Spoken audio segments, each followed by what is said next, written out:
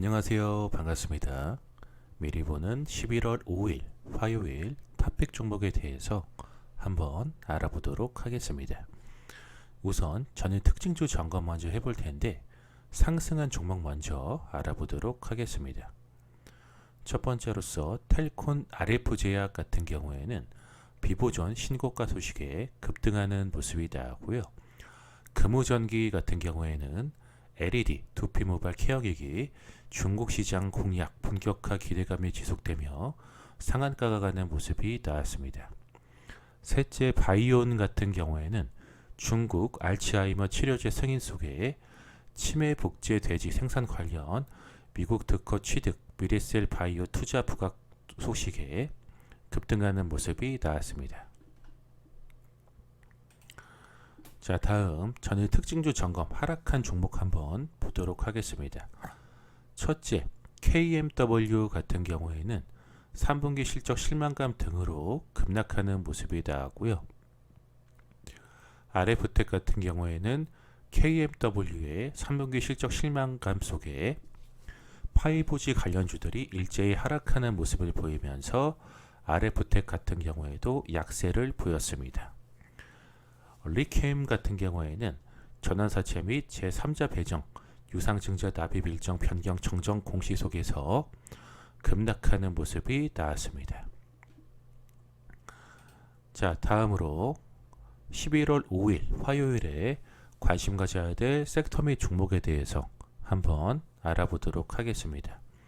첫 번째는 철도 관련주인데 DRTI나 현대로템, 푸른기술, 서암기계공업 등 철도 관련주들 관심 갖고 보라고 말씀을 드려보겠는데, 김정은 북한 국무위원장이 다음 달 중에 3차 북미 정상회담을 하는 것을 목표로 잡아놓고 이르면 이달 중에 실무 협상을 진행할 것이라고 국가정보원이 11월 4일에 밝혔습니다.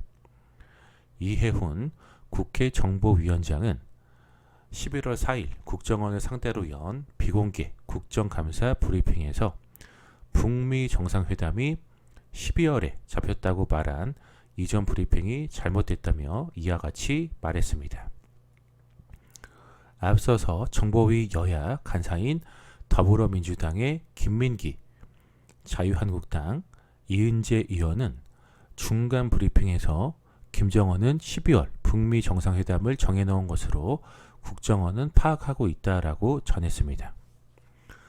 여야 간사 브리핑을 토대로 북미가 다음 달 중 정상회담을 열기로 합의했다는 식의 보도가 이어지자 이 위원장이 국정원과 협의를 거쳐 정정 브리핑을 자청한 것입니다.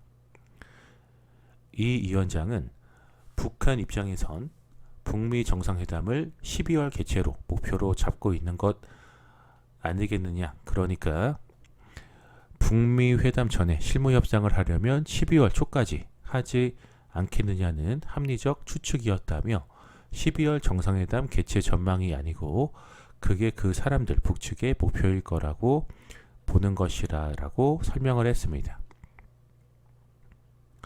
이 같은 맥락에서 김 위원장은 올해 안에 중국을 다시 방문할 가능성이 있다고 국정원은 보고를 했고 1차, 2차 북미 정상회담을 앞두고 방중했던 전례에 비춰서입니다. 또한 북미 정상회담에 앞서 11월 중에 늦어도 12월 초에는 실무회담이 열릴 것으로 국정원은 예상을 했습니다.